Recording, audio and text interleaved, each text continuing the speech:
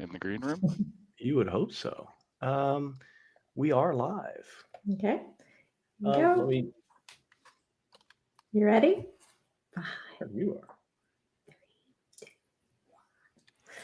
All right, everyone. It's January 25th, 2023. Welcome to this episode of Microsoft Security Insights. We're here at an unusual time today to welcome our guest, Craig, who'll be popping on in just a bit. But in the meantime, let's catch up with the gang. Brody, what's up? What's up, Andrea? What time is it anyway? It is 2 p.m. Eastern Standard Time. Wow, it is 12 p.m. Mountain Standard Time, lunchtime over here, and that's because we just can't wait to have our guest Craig come out of the green room, who's currently enjoying chips, 7-layer dip. I think he can wait. Drink. Those are some pretty good chips. They are pretty good chips. Craig, don't let anything go to waste in the green room there, okay? Like, eat up.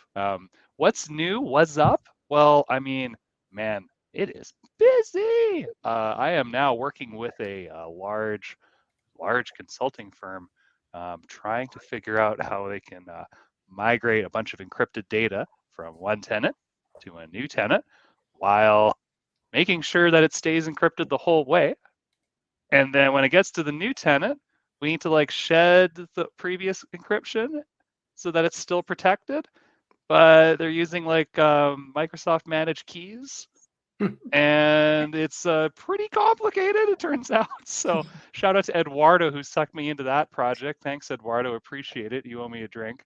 So I'm doing a lot of investigation on how you would handle that for like a divestiture. Basically, it's not a divestiture, but it's moving from one tenant to the next, and it's really complicated because of this whole managed key aspect. So I don't know what the answer is yet. So I'm looking into it.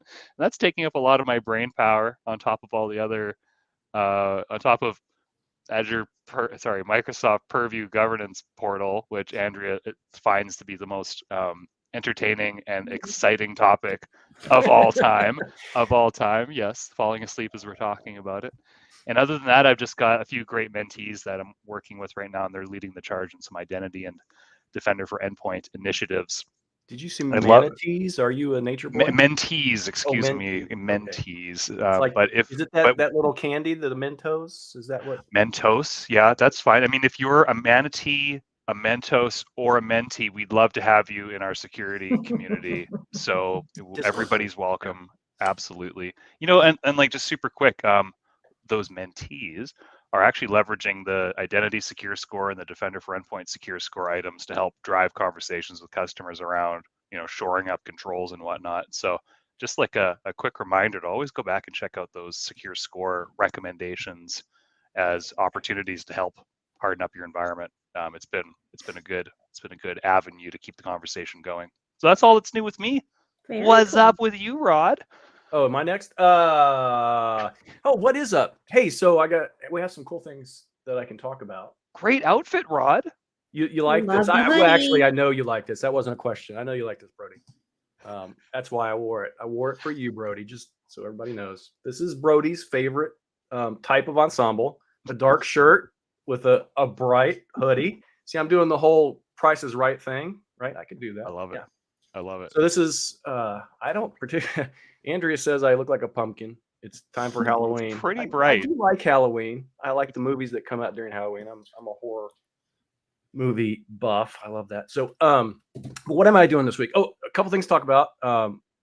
Maybe we'll talk about ChatGPT and Sentinel a little bit later. I think our guest, who's not on screen yet, we talked about that earlier. Maybe we might talk about that. Maybe not. We'll see. Cool. But there is some activity going on from that perspective. I think Andrea is having some fun with it as well. One thing I do want to announce, I want to make sure that everyone knows about, we have a brand new digital only event coming up at the end of March. I believe it's March 28th.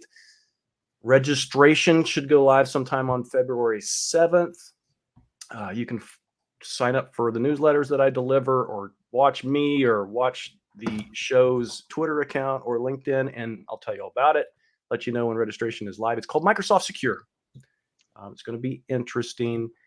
like Great. most digital events, there's going to be some marketing. So there's some things, if you're not interested in that, you kind of bypass. But look for me, because I'm actually going to bring some cool stuff to Microsoft Secure this year.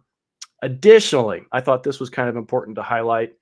I absolutely love Microsoft Sentinel. Everybody knows this, right? I mean, I What a work on beauty. it. Like, it's Shout out literally the only Microsoft thing that I Sentinel, work on. friend of the show. Yeah, literally the only thing I work on. We announced yesterday. Was it yesterday, or did it finally get announced today? I'm trying to remember. So there's a blog post about our innovations yesterday in security, because we announced our quarterly revenue yesterday. Security business is over 20 billion. It was like 10 billion like 2 years ago. That's actually a pretty significant jump. But from a Sentinel perspective, we now have over 20,000 customers. That's Whoa. crazy. Amazing. Oh my Whoa. goodness. Does So I that feel include your really good 17 about that. I lab? feel like I'm in the right spot, in the right place within Microsoft. Hey, security is a growth area. It's It very is. important. We're all in an extremely Our important growth investments area. are security and AI, hence where that chat GPT thing comes in, I guess. And Andrea, I mean, our show's chat GPT subject matter expert, what's up with you this week?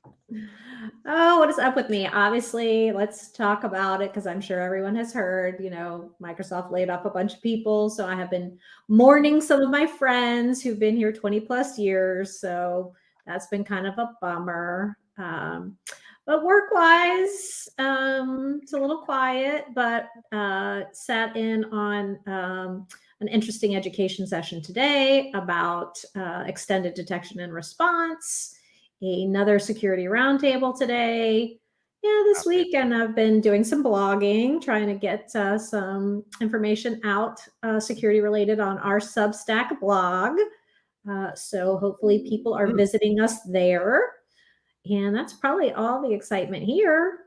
Huh? All the excitement. Yeah. Tons of excitement. So we'll Yeah. put the Substack links in the chat or in the show We'll notes do as that. usual, and Andrea's latest blog post, which is very important. It has to do with OAuth apps and permissions and such. Super important that you check that out. That's great. Well, we're all keeping busy. That's nice. That's excellent. That's excellent. Let's bring on our guest. What do you think? I'm excited. Would you like to do that? Greg in here. So we have a super special and absolutely interesting guest that we have invited today. He's doing some things nobody can still see it yet, Craig. Sorry, you're gonna have to wait for that. We have Craig Fretwell. Actually, I think Ed invited him, but I've known Craig from his awesome YouTube videos and his blog. He is a kindred soul with Microsoft Sentinel, so I'm happy that he has agreed to join us. Craig, I have to tell you, I think we were just as excited as you are, even though today you showed some extreme excitement with, sweating on camera and Listen, firstly, I didn't pay Rod to say that, okay? And if anyone says otherwise, don't listen. Secondly, those chips in the green room were tidy. Yeah, really good. Top notch. Freshly 8 out made. of 10. 8 out of 10. Made. Feel free to take 8 some out of 10. home. Oh, we gotta get better. I'm disappointed you didn't provide whiskey, though. I mean, come on, Rod. Well, it is Next time the we'll economy. read your writer more thoroughly, so we know exactly what you expect. Right. Our bad. Yeah, Andrew, good point. Let's work on that rider. Yeah, we'll work on that later on. Right. Yeah. But the economy as it is, you kind of have to make your own whiskey at this point. I get that. Yeah. I'm very, very grateful to be here. Thank you so much for the invite. I know Ed hit me up last year and said he wanted me on the show, and I instantly thought of that scene from The Godfather. It's kind of an offer. They're making me that I can't refuse, right? So I didn't want to wake up with like half a Sentinel logo in my bed, in the middle of the night. You know what I mean? But I'm thrilled. So thank you so much. Yeah, thanks for being here. Would you like to go ahead and introduce yourself? I didn't need to do it justice. I just kind of covered what I knew about you, right? Just like I think you pronounced his name correct though, which is a first on our show. So for one of the opening hosts to do that. Yeah, absolutely. So I'm Craig Fretwell. I'm a cybersecurity solutions architect, 2 times MVP. I've been in IT about 15 years, even though I look a solid 25 years old. I mean, come on. Is that why you grew the beard, to look a little older? Yeah, you know, I was getting ID'd everywhere. You know, I just when he goes to pick up his whiskey. Yeah, just kind of very makes annoying. sense, right? Yeah. I had you at 24, Craig. Absolutely, bud. Absolutely. My Yeah. man. So I currently work at a company called Avanas. You may have heard of it or know who they are. Yeah. Maybe once or twice. Yeah, I mean, my role is focused around helping customers with their security solutions. So it might be a client wanting to know what Sentinel is. So I'd go talk to them, tell them how sexy it is, you know, and then come away, write a proposal for them and give them a solution which is, you know, kind of tailored to their needs, pretty much. Nice. How do you start off the sexiness conversation? Yeah. I mean, you just show them it, right? You just, you know, you just show them. You show them it. Good. I like that. Don't send them to the documentation first. Just show them it already deployed with the pretty dashboard. And then, nice, some Chicka Bow Wow music going on in the background. Yeah, definitely. I mean, when I haven't got my IT head on, I like to do motocross. I've got like a Husqvarna. I like to work out, go running with my dog, Jax. Drink whiskey. Come on, drink whiskey. And spend time with my family. If I haven't been paid to say that either, that was a choice. I'm married with a beautiful wife and daughter. My daughter's name is Riley, and obviously my little puppy Jax, who has chewed through 4 USB cables since the beginning of this show. So he's in a timeout right now. But just those a braided brief... cables, maybe some more reinforced. That's what cables. I did. Where is one? Yeah, is honestly 4 this week alone. But yeah, I've been using Sentinel for since the product was in private preview, like 4 years ago or something.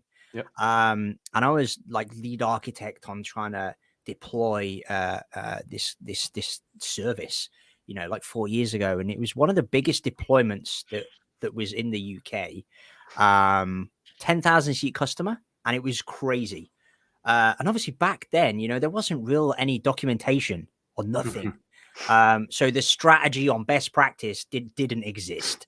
So I was kind of new to this type of security technology. So I had to do a ton of research on like Splunk, QRadar, Logarithm, and kind of get like those initial concepts and start building and putting together a framework on what would good look like.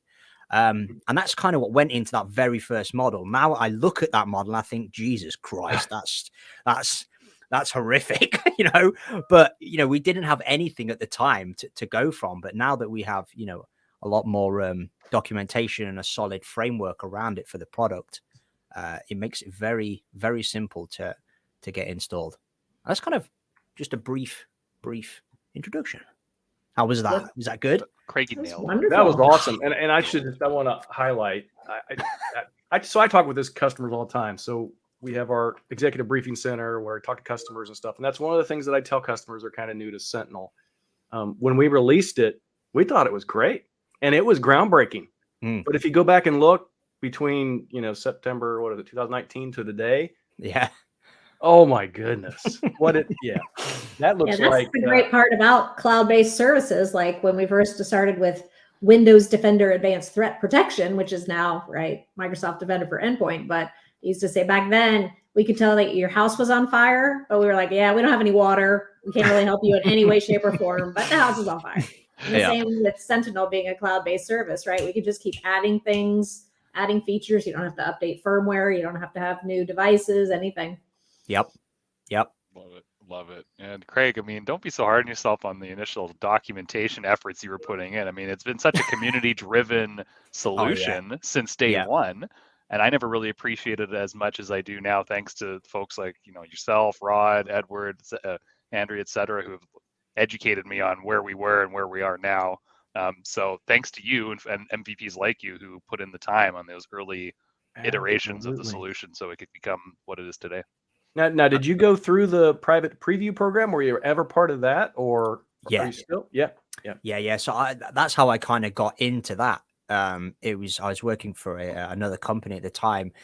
They came to us and it was like, hey, we've got some, like, I think it was like Microsoft funding or something to deliver this. But the company actually were shutting down one of their old legacy SIEMs, and they were just like, we want to go all in on this.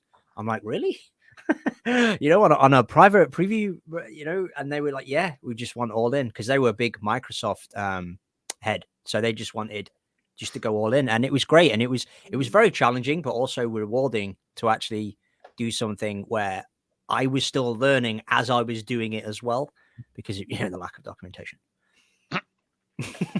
Learning while lack doing of is way more fun. documentation. Anyway. I don't. What did you do before Sentinel, by the way? Before security, did you ever work in like System Center or Configuration Manager? So Yep. you know exactly what I'm talking about. The early days of Configuration Manager, there was no documentation, and it was horrible. So Sentinel reminds me, absolutely, this community reminds me of the early days of System Center. Yeah, without a shadow of a doubt. Yeah, documentation is definitely improved, though, I would say. Yeah, I mean, I was using, what was the System Center 2007? I think that was my first ever. First one, yeah. Yeah. Well, I was SMS 1.x, 1.0. There you go. Well, I'm sorry, nice. that was like 94. Okay. I tell you how old I am. I shaved the beard so I can look younger. So I should have Did said. you still have your 5 1/4 floppy bay back in '94 or what? I actually have an old SMS 1.2 boxed set with the CDs and everything. Yeah, Of course you do. Is I it do. sealed? No, it's been open. Right. I actually used it for the company that I worked for at the time and kept it. It was That's great, Rod. That's great. Yeah. Someone's going to clean out your attic one day, decades from now, and be like, "Oh, look at all this cool boxed software." Yeah, it's like archaeologists 1,000 years from now, they're going to uncover my house and they're like, man, they were so antiquated. Yeah. No doubt. Just No gonna doubt. Craig, laugh what do at you think of the new incident page on Sentinel? Love it. Yeah. Were you Love it. involved in, they reached out to folks in the private community, et cetera, to gain feedback, et cetera. Were you a part of that discussion? I wasn't part of that bit, no, but I did see when there was releasing, the new features, and it's, I mean, what they're doing right now is just groundbreaking, and they're making the product so much more robust every update. I mean, I went on holiday. This was like a year ago when they were still adding features. I was only gone for 2 weeks. I came back. They removed dashboards. There were now workbooks. There was more stuff, and I was like, "This isn't the same product when I touched it 2 weeks ago. Like, what's happening?" But that's it. Kind of is annoying, but also very good because I like to learn new stuff. I like to dive straight in. But it's also like, where's the documentation for this? This has changed dramatically. Progress. Yeah. Yeah, that's fair. That's fair. So when the announcement came out last week, I missed the public call, and just busy. And then I went back after our show on Wednesday where Rod brought it up with our previous guest Chris, and I watched the public video announcement and just the gentleman from the product team who was stepping through the new interface. And I'll admit, like, I help with project stand-ups for the solution, but I've never actually worked in a SecOps role using Sentinel. But the way that they were showing it and how it kept the context, and you didn't have to jump out to different sections within the tool, and everything was just blades popping out. It was super smooth. slick. It was like, Yeah, man, this is really well done. And I could tell that even just as someone who doesn't use it day to day, I can just see people who are in that all the time loving the change. Yep. It's getting a lot more user friendly for sure. Yeah, and I will tell you, a lot of those pop outs, I think that was initially derived from a lot of things that Jing used to do with workbooks that people didn't realize could actually be done in Azure. So now they're like, oh yeah, we can do stuff like this. That's pretty cool. Shout out Jing, friend of the show. Yeah. Andrew, do you have any questions for our guest? I have a couple, but I don't want to run roughshod over everyone. I see Edward is trying out. Does it just take a little while for him to get in? How does that work? There he Oh, goes. there we go. Edward is here. Edward. Edward. I've been sitting here listening. I'm like, Have you get really? in. Yeah. Yeah. Oh, Get sorry. I didn't even see you. You got to wave or text me or something. I was about to, and I was typing, and I'm like, okay, I can't get in, so I can't type come in. What's going on? Who knows? Mr. Fretwell. Ed. How you doing, sir? How are things on the other side of the pond? Cold. It's freezing, actually. Like, ridiculous. It's cold. It's like it was -2 last week. I felt like I lived in Antarctica. It was crazy. Oh my God, is that cold for you, Craig? That's Why strange. where do you live? I live in Calgary, Alberta. It's been mild here, around 0, which is Okay. t-shirt weather. But we recently in December got over some like minus 28. So Yeah, come that's on pretty down cold. if everyone experienced that. No. Yeah. That Yeah. you keep that weather. You keep that All weather. right. I'm all It's been- good. It's been So mild Craig, though here, man. Yeah. Craig, my apologies for being late. I was voluntold to do something. Um, Andrew's getting ready to ask the question, so she does, and I'd like to ask you a question though. Sure. Shoot. Andrew, are you going next? Oh no, he was. Feel free if you've got something. Yeah, here I come in late, and it's probably our question has already been answered. So, Probably. I was a fan of yours from watching you do things on LinkedIn, and especially our show topics around, how to become an MVP. What's the journey like? But I was super interested in your kill chain discussions, so I generally follow those a little bit more. So, within your kill chain discussions around Sentinel, is it taking advantage of the improvements in Sentinel, or is more your article about techniques that can use the existing technology? It's still a skill. It's not just a product. Because when I read them, I'm like, okay, I get it. You following this way, but I still have problems. I asked Andrea, what would she do in a scenario? Someone wanted me to come on and show them threat hunting. I'm like, what about threat hunting? How to do it or what it is? So tell me, within your kill chain, including Sentinel as part of the solution, is it how to do that, or is it how to detect it natively to the product? Yeah, it's almost like, because obviously the MITRE attack is kind of baked in to Sentinel, right? You've got all your tactics, techniques, and procedures in there. Your T10, whatever it is. But obviously, that's kind of familiarly based on the Lockheed Martin model, which is the cyber kill chain. That was created by like defense contractors. So I wanted to look at that and analyze, from the start to the beginning to the end of how an adversary would do that, and how in Sentinel you could detect those stages. So obviously, the kill chain model is based on like an actual military concept of a kill chain. It describes like the phases of an attack for the purpose of creating proactive defense strategies to prevent said attack. And you've got the MITRE attack, you've got the NIST, SANS, Unified Kill Chain. All of those models are pretty much similar, and they all kind of work together in tandem, but with different elements from each framework is different. So like when you're talking to a client and you're like, they want Sentinel and they need to adhere to MITRE attack or cyber kill chain, they're basically saying we want full coverage for everything, and that's almost impossible to do that, but you can get very, very close, and secure right down to like, the protocols and procedures. So that video was actually sparked from a conversation that I had with the client, because they wanted their detections to actually follow that I can't talk, I'm so sorry, that kill chain methodology. So it involved me doing a bunch of research, and this was only based off like one concept. And honestly, it was difficult to try and get those elements and get those into a single package for them, because you generally cannot prevent or detect on some of the scenarios that they were asking for. One of them was like passive reconnaissance, for example. So, anybody could do passive reconnaissance. There's no way to prevent that. If you're on LinkedIn or social media, where you work, anyone can do passive reconnaissance, and you wouldn't even know. There's no way to detect that. There's no way to prevent that per se. And at this stage, an attacker adversary is going to start gaining like pretty much information on you to start putting all that together to gain an attack, really.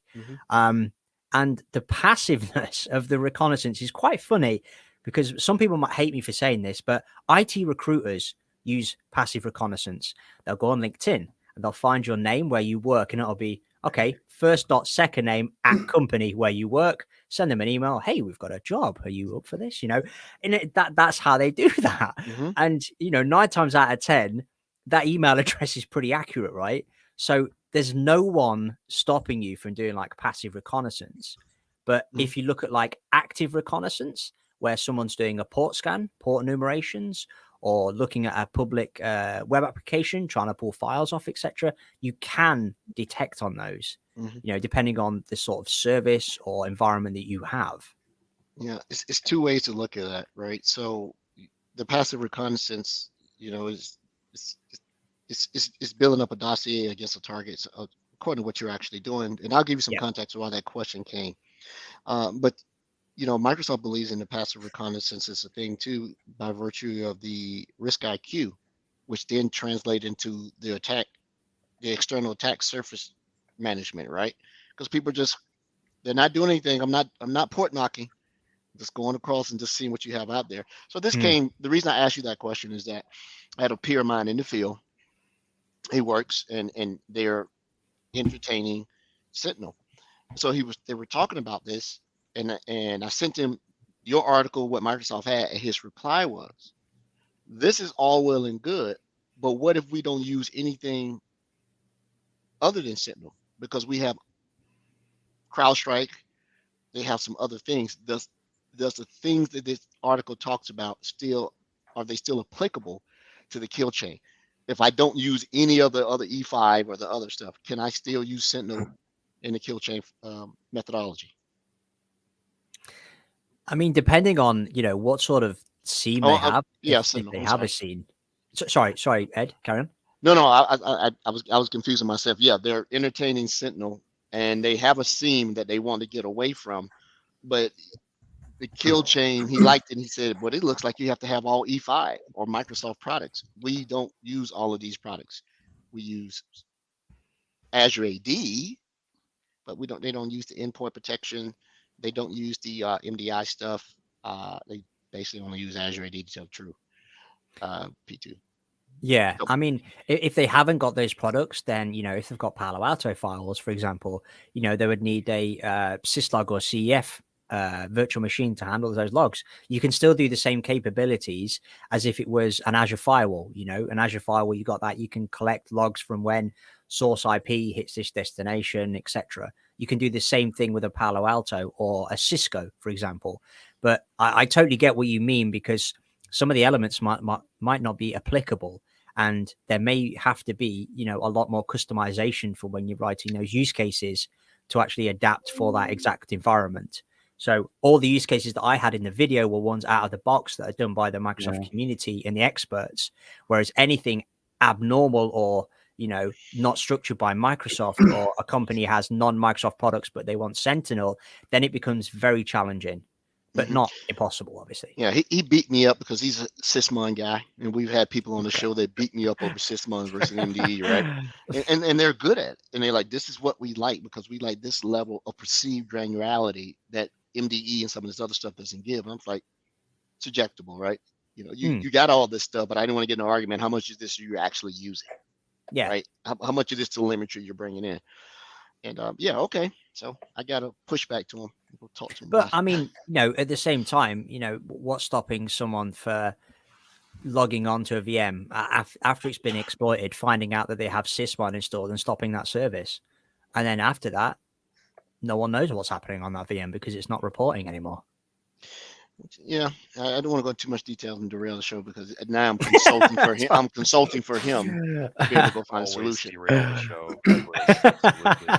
And I just put up like the Microsoft kill chain coverage image. If you haven't seen it before, it's at aka.ms/MCRA, the Microsoft Cybersecurity Reference Architecture. And what Edward's talking to, if you haven't heard about it yet, or you need a reminder, or the team's talking about, is just where along the chain the different E5 security, compliance, and identity solutions fit in terms of the different protection mechanisms and layers, right? So Edward, what you're saying is customer here, maybe they're not using Defender for endpoint, maybe they're not using Defender for identity.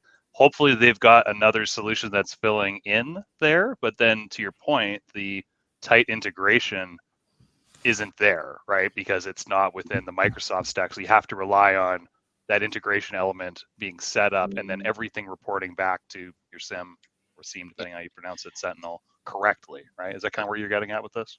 It was, and I'll elaborate. I'll let Craig make a comment. That's exactly what I was talking about, Brody. But I showed him this, and he said, this is all well and good. They are only using Azure AD and identity protection, and they also use another identity product, Okta. And like, how do I factor that in, right? But all the other things, you're right. They are not consuming those products, but they have compensating products or competitor products in place. Now, Defender for 365, they have 365. I don't know what subscription level, but I don't know if I don't know if they have another sanitation product. So let me ask a question that I'm take some one more of these questions. I see the threats. I see where they are most likely to occur in this diagram, and I see the product that Microsoft says it can help mitigate and or detect in this kill train. But his question to me is this: what framework that gives me a mission statement that this applies to? Meaning, everybody's a buzz about zero trust, right? How do I overlay something rather than product to say, yeah, to mitigate the kill chain, maybe NIST, maybe zero trust scenarios? Have you had that question? That's a question you asked me, and I couldn't quite gather what he was going with it. But does that make sense? Maybe not. Can this I'm be following. can the attack chain be mapped to a framework that you can use to say, I'm going to mitigate this by using this product in this framework?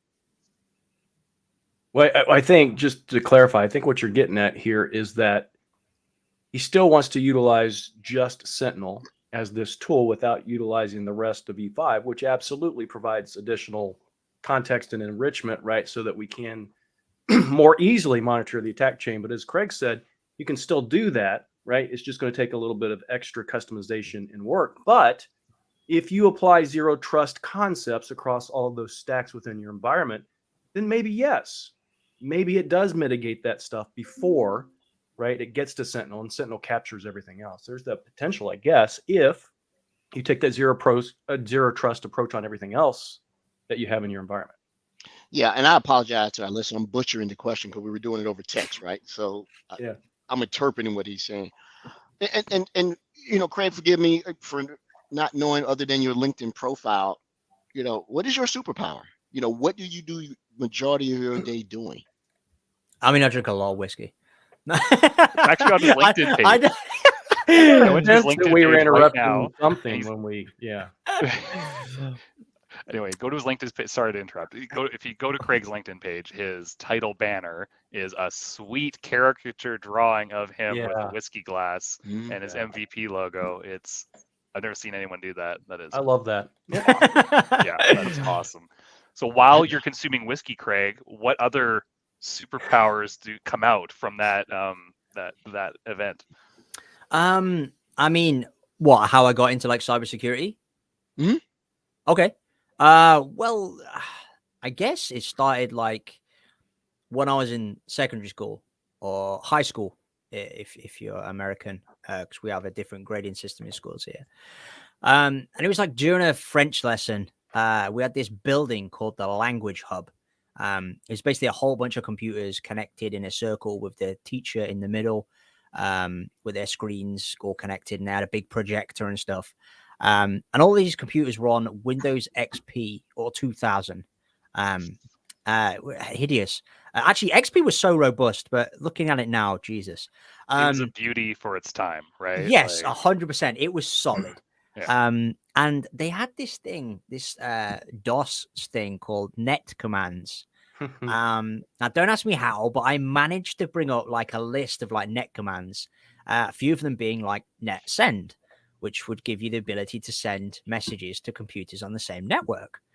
So, I started messing around with it once a week. Hey, this lesson sucks. Send message, bang, a few computers, and there were a lot of interesting commands. And I managed to basically I was a bit of a rebel back then. I was like 15 years old, all I wanted to do was listen to Slipknot and do whatever. The same person, it sounds like, Craig. Yeah. and drink whiskey. And drink whiskey at 15. Yeah. I mean, whoa. And I basically sent a net send message to every computer on the network, which said class dismissed. Feel free to leave the premises. And I thought easy. And then a day later, I get pulled into the principal's office, right? And this ain't good. This ain't good. My mom was not happy. And I was interested, like, how did they know I did that? How did they know? No one saw me do it, right? No. And, you know, to this day, I still think they must have been capturing like net logs, right? Right. Because how would they know that was me? Did you have a unique login in this computer lab? It was all. This is how secure it was. It had a piece of paper on the top which said username and password. So you just log in, and so it can be anybody, right? But I don't know how they knew it was me. They obviously did it back to that machine because I used to sit at that machine all the time. Well, there you go. There you go. No, They just asked the teacher, "Oh, Craig, the troublemaking Slipknot listener, is always in the corner, so it was probably him." Yeah. But like, did they have, you know, seams back then? Like, They had aggregated logging, I guess, right? But there's no. 3S400s maybe. You're going back then. We're guessing when back then was, right? So you said XP. Yeah, 2004. 2004. Okay. Still installed in many airports, by the way. I could see that. Yeah, I know. Craig, I did something similar. I tried to install the NetBus agent in my school so I could change my grades because I saw it in war games. And immediately the computer teacher, like, I was like, can I keep an eye on her? And she just, like, within 15 seconds, her head just turns over. Come here now.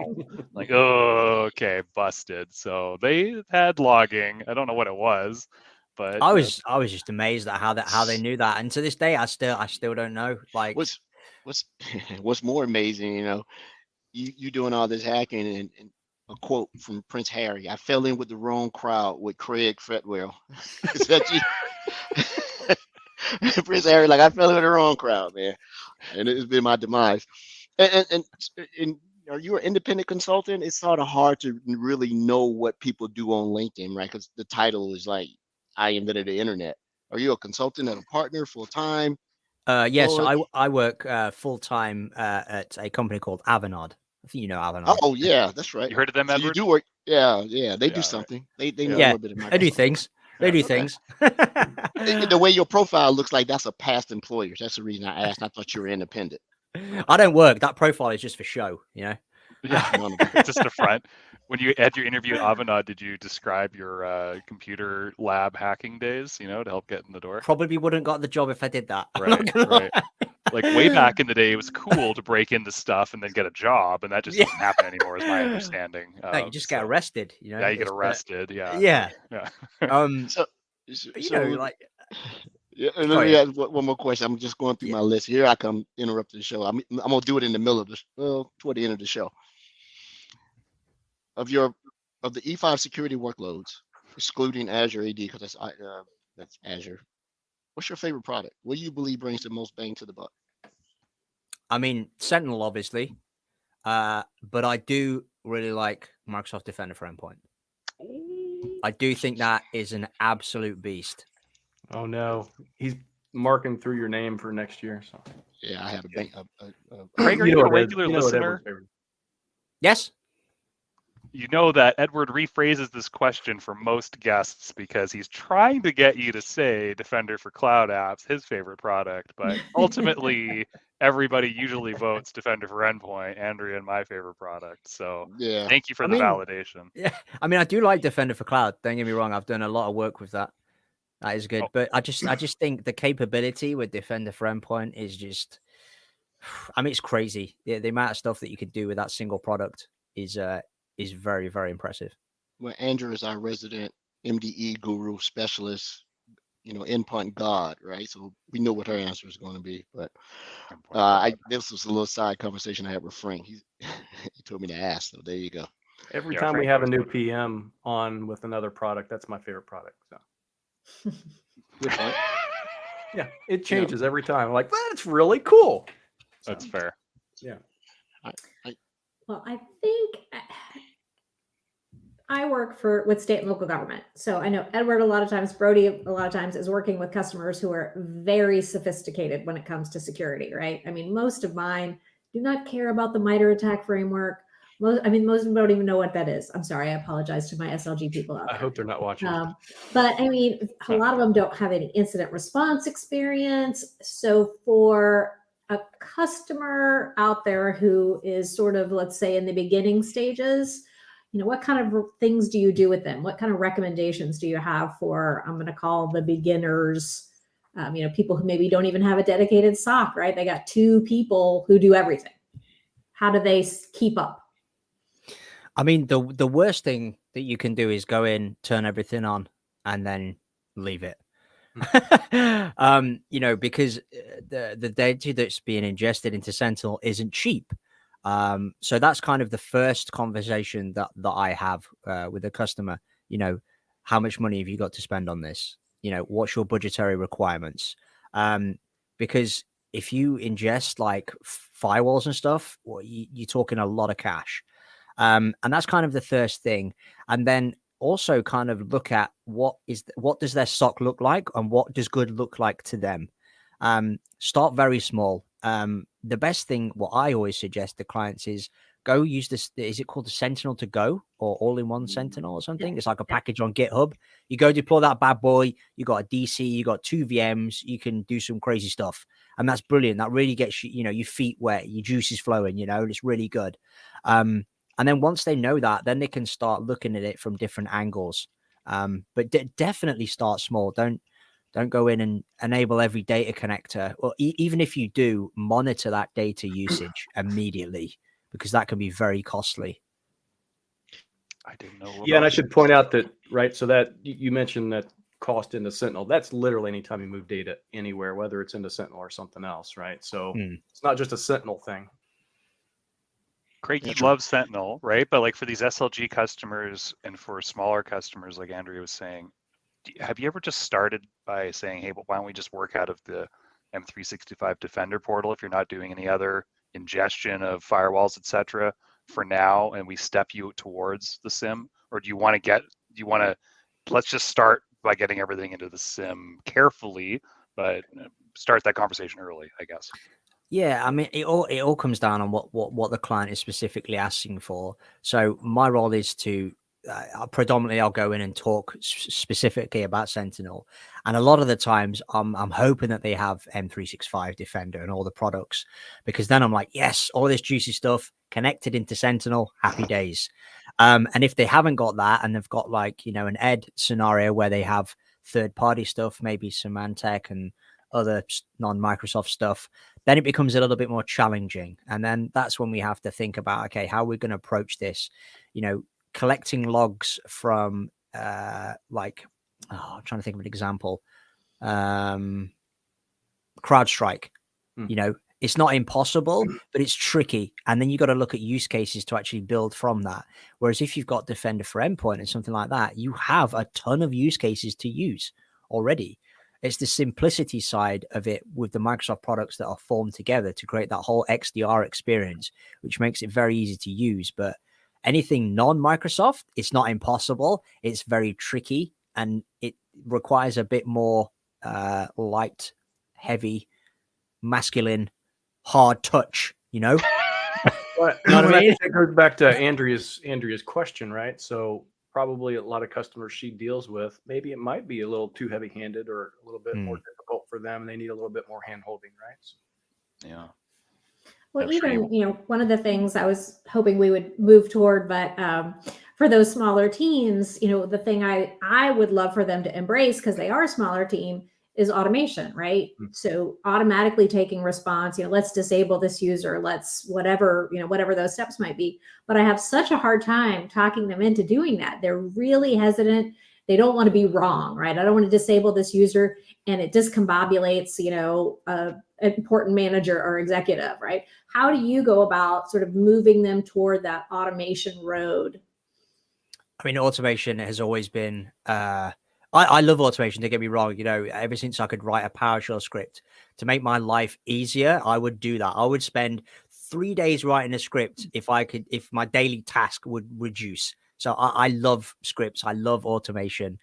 But yes, you're right, Andrea. It's a very sensitive subject. I've worked with a client before where they had incidents set up to monitor certain things, and one of them was on the Active Directory. Can't exactly remember what the use case was, but it basically isolated the domain controller, put it on a NSG, stopped all the incoming connections. That domain controller went sideways. And that was not a good experience for me, because I had to go in there and ask them why they did that. And then they turn around and yell at me. So yeah, automation is great, but it depends on what scenario you want to achieve. So if you've got, cloud up security, for example, and you've got people doing impossible travel, then you can connect that into Sentinel and have some sort of response on that to say, okay, if this happens multiple times in different countries within a short amount of time, then we know this user's compromised. Reset the user password, send the email to the manager, we'll confirm it. There's some great automation methods out there which are truly incredible. But it's to what level of automation you want to go. I totally get it. People are freaked out by automation. A, they think it's going to take their job away. B, they don't like the fact that it's no human intervention. So you don't know what's going on. And C, they don't trust automation because they feel like if something changes on the API in the background, which it has before, it's broken the automation, which means it's going to break the workflow as well. Yeah, and you don't know that your automation's broken until you know that your automation's broken. Exactly. Yeah. It could be green and it's reporting, it's triggering. Oh yeah, it's fine. Well, nothing's working, Andrew, when you have the automation conversation, do you start manual and just say, hey, let's prove this out and make sure that's a repetitive thing, and then, okay, I think we're ready to automate? Like, how do you kind of broach that? I certainly try, but a lot of times, what Craig was talking about earlier, a lot of times, we get it set up and then it is slowly forgotten about because they have, the urgent drives out the important, and the Sentinel instance kind of slowly gets forgotten about. And that's why if you can get automation set up in the beginning, at least you have some methodology. Were you going to say something, Edward? No, it was, you actually hit it. You and I talked about this a few weeks ago. You were saying, is there a way to notify you when an analytic rule was ready for update rather than have to go into each tenant? And those are one of the better use cases for automation. I don't think it's answered everything, because I think people believe that automation, is now an advantage for them, maybe in efficiency. I don't think protection, because I don't think it's smart to assume that adversaries are not using automation. They already are. They're scripting all this other stuff. So it's like this. And now you got Chat GSP or PT or whatever this is. You're going to need AI to find AI. You're going to have the automation to come about automation. It's just buzzwords. Good call. So. Good call, Edward. Chat can't even pronounce Chat GPT right. That's on point for you. I love it, man. Your headset's doing that weird audio thing again, buddy. Try turning it off and turning it back on again. Yeah, I think it must be your headset, kind of like last week. Hey, I know we're coming up on the hour, and I wanted to be mindful to ask, I think, an important question, or at least a topic I think is important to a lot of our listeners and people that watch the show. We've had, before the holidays, we had some folks on from the private preview program. Christina, who was on with us, she's, kind of heads up the security area for the MVPs and stuff like that. I think a lot of our listeners, watchers, they just really want to know, Craig, you said you're a 2-time MVP. They really want to know how you were able to get that cool award, because they desperately want that on their own. I know a lot of people. One individual in particular who was on the show in December, Morton. He is the busiest, hardest working non-MVP I've ever seen in my life. He absolutely needs that award. And I'm trying my best, trying my hardest to make sure. But what did you do, Craig? Was it just one of those, hey, this award just showed up in my inbox? Or was it something that you actually did? I wish. Excuse me. So this was something that honestly I never thought would happen. When I was first in IT and I found out there was an award for IT professionals, that are the best of the freaking best, that's something that I wanted to work for immediately. I'm super competitive as well. So it doesn't matter if I'm like selling a security solution, doing a YouTube video on threat detection, or playing tic-tac-toe with your grandma. I want to win, right? And I want to be the best, and I want to deliver the best. You're right, Brody. You know, the best. Slamming down on grandma. I Like, know my poor grandma. Bang. Poor Get grandma. out next. You know, if I win the MVP award, then, you know, hell, I mean, that's a bonus to me. You know, and that's something that would stay with me for life. But what I didn't know is the extensity, and is that even a word? The is now. extensive It is now. background. Yeah, it is now. You know, it's not a quick process. My first blog was in 2015. And that was on like a simple PowerShell script I uploaded on like Active Directory or something. And I didn't get many hits. But I never let that cloud my judgment or, you know, get in the way of what I was working towards. And then I started blogging more and more, and then I kind of forgot that I was actually going for this award. You know, it's not something that you go for per se. And then, you know, I throw up a few blog posts around Azure infrastructure and stuff, and then I had some Microsoft people reach out to me and like, hey, this is awesome. This helped me out with passes to our product team, which I thought was great. And then in some of my security blogs, I do a post on remote desktop services, exploiting it using remote code execution on like an Azure VM. And that got some traction. You know, that was crazy. And it's still to this day the most ever hits I've ever got on a blog post before. And that still increases every single day, which is bizarre. Right now, it's got 25,000 views on that single post. And I was hooked on like the whole knowledge sharing thing. So that's why I started my YouTube channel. And my videos were a bit shaky. My audio was crazy. I looked like grandma with a tic-tac-toe, you know, it was a bit shaky. And then after a while, I'm firing out these videos because I was just addicted to making content, you know, knowledge sharing. That's all I just wanted to do. That was it. And then this chap at Microsoft just inboxes me and he's like, hey, Craig, I love your blogs, your videos. You ever thought about becoming an MVP? You know, I'm in security. I'm reading this message like I've been fished. Like, there's no way this is real. Like, this ain't real. And then, you know, I'm like, yeah, of course I am. And, you know, he nominates me. And I don't know what's happening right now. It's crazy. My emotions are a whirlwind. So I get an email confirmation. You've been nominated for the awards. Happy days. And then a month later, I have a call with this lovely woman from the MVP engagement lead.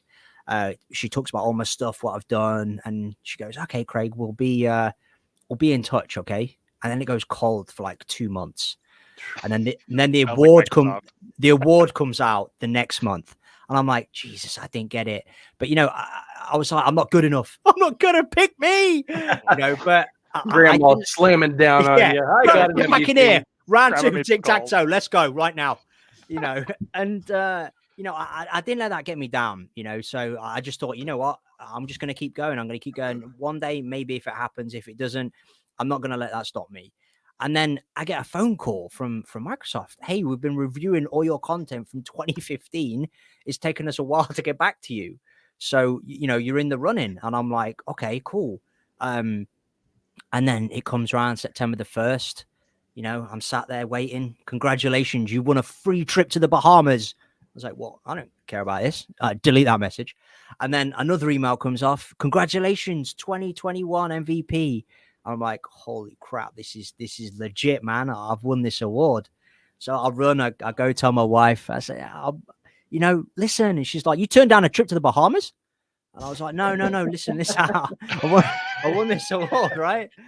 And, you know, and she's amazing. She's probably listening downstairs telling me to shut up. But she's my wife, Kaylin. She's amazing. She supported me through everything, you know, through the birth of my child. So this award is kind of for her. But honestly, that journey was crazy because the whole point from when I got nominated right and through till I actually got the award was about 6 months. Wow. I'm not sure if there was like a backlog or, you know, they were just reviewing everything in depth, but you know, that process for me was long, but it was so rewarding, very rewarding. Yeah. So what do you get from that now, I guess, is probably the question. Because, you know, a lot of people, they're like, I'd love to be an MVP. Obviously, it's going to take a little bit longer. And I will tell you, your 6-month wait probably had nothing to do with you. It probably had everything to do with us, because a lot of these MVP leads in Microsoft, they're actually doing other jobs. That's just a second job to them, right? Yeah. So sometimes they get pushed. We have reorgs, we have layoffs, people get pushed to other places. So it had nothing to do with that. But so maybe it's someone else, it might take a shorter time and they could beat you on the 6-month period, I guess. And there's that competitive. Grandma, probably. Yeah, that competitive. But what do you get from it now? I mean, what's having the award, what does that afford you? $1 million. No, it gets me, like backstage into a lot of the private stuff, like the private, like backstage, chips and whiskey sort of stuff. Like today. Like today, yeah. And I love that, man. Like I truly love that because I get to see stuff, and we had to sign an NDA. I can't just go and publish this. But like some of the stuff that's coming out is crazy, and it's so good, and it's just next level. We get a bunch of Azure credits and stuff like that as well. So I'll be spinning up machines, just for the sake of it. Like I've got the credits. We get, what else do we get? We get LinkedIn Premium for free. That's dangerous. I love that. That's crazy. That's expensive. So that's nice. Yeah. Yeah, definitely. So that was a win. I can't remember what else we get. I can give you like a high level rundown and paste it somewhere. We'd love to. I can't actually think we just want want to get a T-shirt. Sorry, Edward. No, we just want to know if you got any free parties and stuff like that. It's definitely a badge, like certain aspects of this professional certification. So I was going to ask that question. Am I coming across clear now? No. I'm sorry, buddy. Quiet then. You sound like R2D2, man. It's crazy. Type it out super quick, Edward. Or can you just come off? Just take your headset off and go straight for the computer mic. Station. Oh, yeah, it doesn't have a mic built in. Yeah, that's fair. I'm the same way. My Surface overheats if I have multiple monitors running on 6,000 tabs. Closed Teams, Edward. I bet you that fixes everything. Sometimes it does. Sometimes it does. So, like, to highlight, Craig, you were posting, you had a lot of hits. You were posting items that were top of mind that the external and internal people noticed. And that's what got you on the radar. You probably used a common login or an identity across all these different blogs and areas that you were posting on. And then that got you noticed. So you didn't reach out to anybody. The Microsoft reached out to you. And then through this process that was drawn out for the reasons Rod mentioned, that's how you eventually got in. I mean, any new service that came into Azure, I'd look at it and then I'd be like, okay, how can I turn this into a valuable blog post? And then I'll be on it. Like a service would come out and I'd do a blog post like 2 or 3 days later on it. And I tried to keep my content, fresh and not just, oh, this is from the Microsoft docs, but I've reworded it because I just go read it from the docs, So I want to keep my content fresh and sexy and also, give people value for what they're reading. Right. I mean, we appreciate you putting the time into that. I'm not a big blogger. Andrea and Rod crush it all the time, and like just your mindset of wanting to provide great information that's easy to digest, that's top of mind. That's awesome. It's great. I think that's, Rod, to your point, great advice for anybody who wants to get into the MVP conversation, shall we say. So yeah, thank you. So Craig, we're trying to guilt everybody who comes onto the podcast into joining our Discord, but be warned, if you do that, questions will come your way. But you broke up like Ed a minute ago. I couldn't hear you, Andrea. Oh, did you? So we have a Discord server. I was joking. That's fine. Don't join us. We don't care. I will. I'll be happy to. Thank you. You know what I noticed on our Discord server? So you made fun of me last week. I finally fixed it so I see notifications when there are comments and stuff like this. Most of the notifications I see are my own stuff coming from my Twitter feed. However, when somebody asks a question and it gets answered, they don't come back. Isn't that the whole point? I thought they would have more questions, but so people listening should go there. And once Craig is there, he's going to answer all the questions. So just bring all your questions. Let's not sign Craig up for another to-do list, but yeah. I mean, isn't that kind of what we all do, though? Rod wants more questions, so get out there, ask Tag more Rod questions. and all your questions, especially in the gardening area. I like that. Especially in the Defender for Gardening area. But I mean, if we're out hunting for articles, we find it and then we go do the thing, right? It's Yeah. pretty rare that we go back and post like, "Hey, this really helped me. Thank you for posting this in 2015."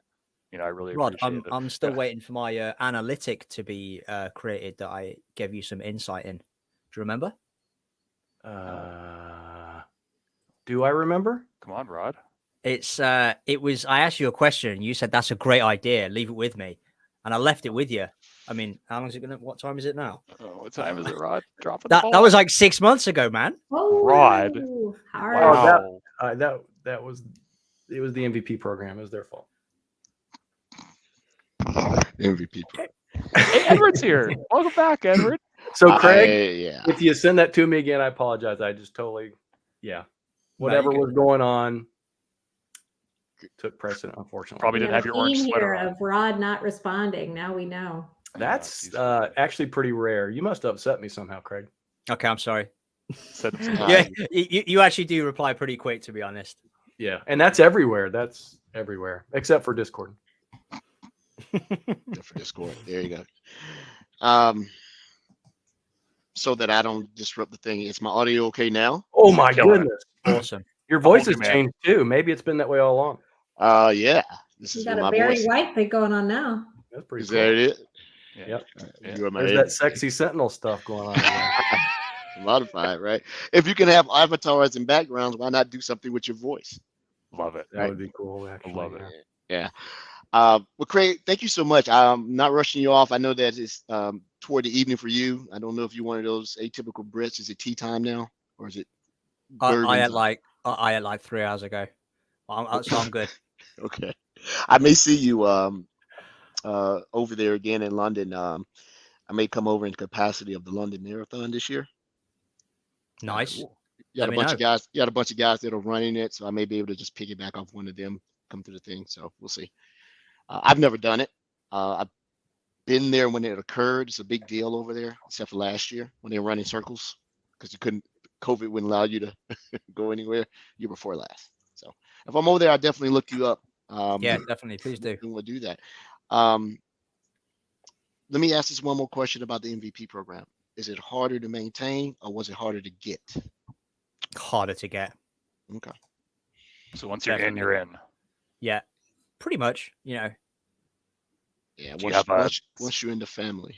Yeah, there you go. That. Do you have like a minimum amount of community engagement that you have to meet? There really isn't any concrete proof around that, to be honest. But I like to keep my content monthly. You know, a couple of things a month or something like that, and release that out. You know, but there isn't anything to say. MVPs You know, have to do something similar to Microsoft folks. They have to do their own impact statements. Oh. Speaking of which, Regular. So there you could Craig could ask Chat GPT. You just list his accomplishments and like, please brag for me so I can continue to be on the MVP program. that's cool. Get the MVP to write my GPT to write my connect. Yeah, that's not a bad idea. That's actually not a bad idea either. yeah, that's pretty clever. Write my eval. Yeah. Right? It will come across. As a matter of fact, it'll tell my manager I should have your job. So don't deal with it. I don't have any other questions, Craig. Man, it's been a pleasure. I followed you. We chitty chat mostly over LinkedIn, but for you to take time out, we appreciate it. I'm a little off my game more than usual because, like, wait a minute, we having a podcast. It's still daylight. What's going on outside, right? What he means is he's not drinking yet. So He'll be on time for dinner. Andrew's been beating up on me since this morning. Go ahead and keep kicking me I'm while sorry, I'm down. Pumpkin. I'm sorry. Go ahead and kick me some more this morning. Why not? Hey, the best thing about having this podcast at this time, Craig, I appreciate it. There will be no axes chopping through the door talking about feed me. So I'm good on that. Inside joke to the pod if you listen, right? So anybody else? Horrors. What was that? Feed me, Will, or what was it that? Feed me, Little Shop of Horrors. Seymour. Feed me. Feed me, Seymour. I just realized something, by the way, because since we started with ChatGPT and we don't want to talk about it, if you utilize the API, it bypasses that site unavailable thing when you try to log in. That's pretty cool. Nice. Yeah. ChatGPT, the world's next hacker. When's the next blog then, Rod, about ChatGPT and Sentinel? I'm going to be really careful about this. I'm not a fan. I'll say it publicly. I'm not a fan of ChatGPT. I'm not a fan of sending specific data through the API to chat GPT from an Azure service. Just think that you have to be careful. We're working on some things to help improve some of the security, but I don't think it's quite there yet. It's okay to not be a fan of the bandwagon. Like, I still think It's the a whole gimmick. hoopla around blockchain is still overrated, right? It was going to change the world, right? And the biggest impact it had is anyway. Yeah, it has yet to prove something. Yeah, sure, you can write a term paper. I can write a term paper. It's bad, but there you go. You don't need to anymore now. You get ChatGPT to do it, Edward.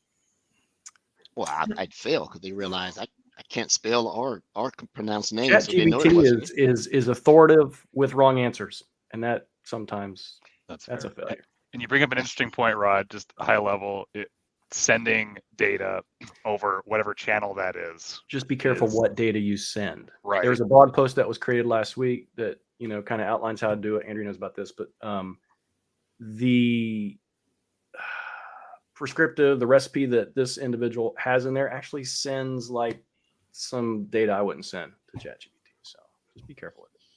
That's fair. That's just good. That's good Christian advice, is commenting in the chat like, yeah, the model has errors. Absolutely. That's probably the basis of why you don't trust it, right?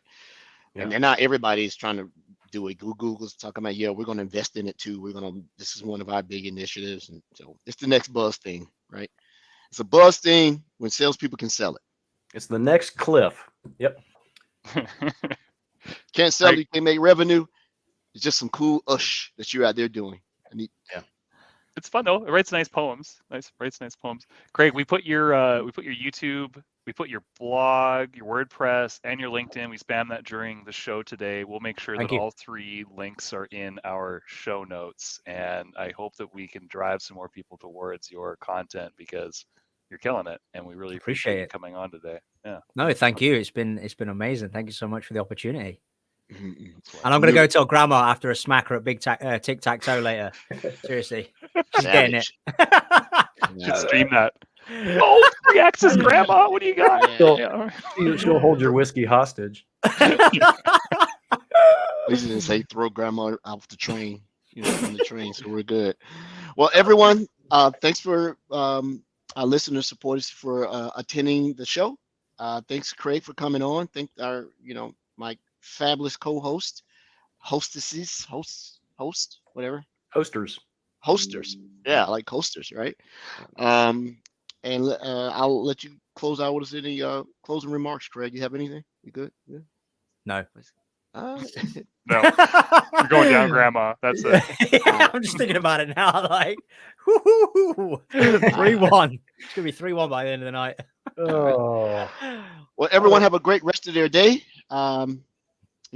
And do your thing. And this is not really Ed. This is a AI bot, and it works flawlessly, right? There you go.